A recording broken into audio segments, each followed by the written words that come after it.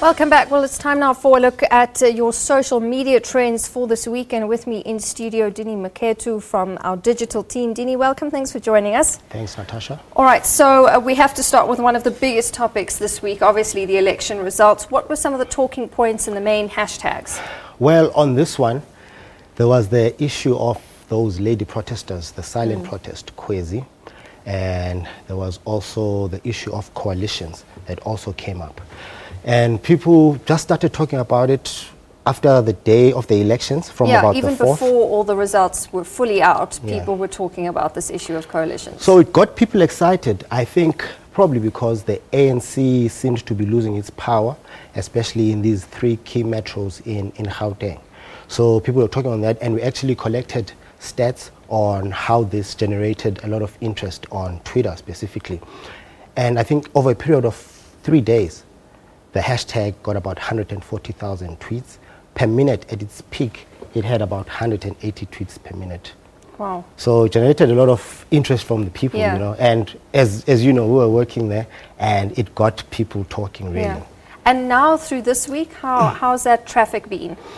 Well, this week, it hasn't been a lot on the results themselves, but people have been talking about the coalition, because, you know, a lot of hung municipalities in Gauteng, and parties are still talking on who to go into a coalition with. And then there's also the NEC meeting this weekend, which is also talking about how the ruling party fared in these elections. Okay. So it's still continuing. So touching on that NEC this weekend, have you seen much traffic around that? I mean, especially from people in the ANC tweeting themselves? No, actually. Strangely enough, there hasn't been much talk. Okay. This morning on the election results and the NEC meeting. Maybe it will start picking up again when the meeting ends, which is probably on Sunday or Monday. So maybe we'll see people talking about the elections again or the coalitions. Yeah, and something you mentioned that came out of that election time was that silent protest. Yeah. And I suppose on the back of Women's Day, that must have generated quite a bit of interest. Yeah. Some people had a lot of negative things to say about the president, because if you can remember on Women's Day, which was on Tuesday, the 9th, he was the keynote speaker at the event. And there were a lot of things happening on that day, because the events for the day started with an unveiling of a memorial, of a monument of 4 of the main women that took part in the 1956 march. Yes. Lillian Ngoyi, Sophie de Bruyn, Helen Joseph, and Rahima Musa. So the president in the morning unveiled that, and then the march was taken from the Lillian Ngoyi Square to the Union buildings, where the president had delivered his main speech. But there was a very interesting tweet that came up from a lady who was saying there's a difference between women and girls. I was hoping we'd have that here. Okay, I can't remember what the tweet says, but she was saying there's a difference between women and girls. And women support each other, and girls fight amongst each other. It was on that tone. All right, great. Something else that we've seen, which only ended at 3 o'clock this morning, is those public protector interviews. Interesting that people would pick that up and get onto Twitter and have something to say about that. And I was actually surprised that people have time to watch other people having interviews. I think we're a country of voyeurists, or you know, because I remember with the judge at the Constitutional Court, Muhweng, that also picked up a lot of traffic when he was being interviewed for that post. So on this one, people were really talking about it. And as you say, it ended at about 3 this morning, and people were still talking about it this morning.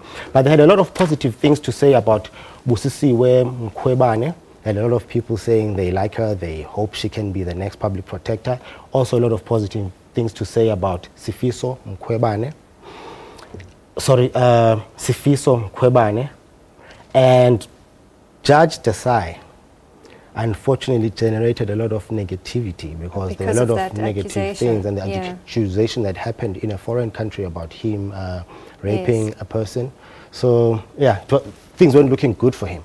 But there was also one nominee who said that he's not ashamed of his age and he's fit and healthy. The bodybuilder. His name just escaped me. The 77-year-old man. He also generated a lot of interest and a lot of memes. People were saying a lot of funny things about him. So yeah, those 3 were really the talking points around this interview. And I think because Thuli Madonsela is such a well-loved figure in this country, I suppose then people are very interested in who will take her place. So those interviews did generate a lot of interest. And interestingly enough, just before I came on air, Thuli Madonsela was trending, because there are some people who are saying she should be given a third term. I think we'd like that when we... all right, and then of course, Rio 2016, I've been hooked to the gymnastics because that Simone Biles doing so well as the best, they've rated her as the best gymnast of all time. But what else have we been seeing? I mean, the whole Michael Phelps and Chad Leclos thing just dominated. Yeah. Even on the newspapers, I saw pictures, so yeah, that was... But on the Simone thing, there's another Simone Manuel. Yes, the one that does gymnastics is Simone Biles. Yeah. So Simone Manuel happens to be the first black individual winner of a pool event. So she won that in an Olympic record. It was the 100-meter freestyle. But it was a tie, and the record that they broke was 52.7. So that also generated a lot of talk. Yeah. And then there's Phelps and Leclos rivalry. Yeah. So it stems from 2012, and the Americans are not happy about Leclos, and they are attacking Leclos left, right, and center. And then there was the video that went viral on YouTube with Michael Phelps staring at Leclos and Leclos doing his Rocky thing there. So now they're both in the final for the 100-meter breaststroke. So that should also generate a lot of talking in the coming weekend, and the athletics are also starting. So maybe we'll hear a lot of talk. This weekend, it's all the athletics people will be watching. Wade van Niekerk will be running this weekend. There's Bolt and Semenya, and Bolt and Gatlin, that rivalry too. So it's going to be an interesting weekend. Much to look forward to this weekend in terms of the Olympics. Dini, thank you very much for coming in. Dini Mekuto, one of our producers at SABC Digital News.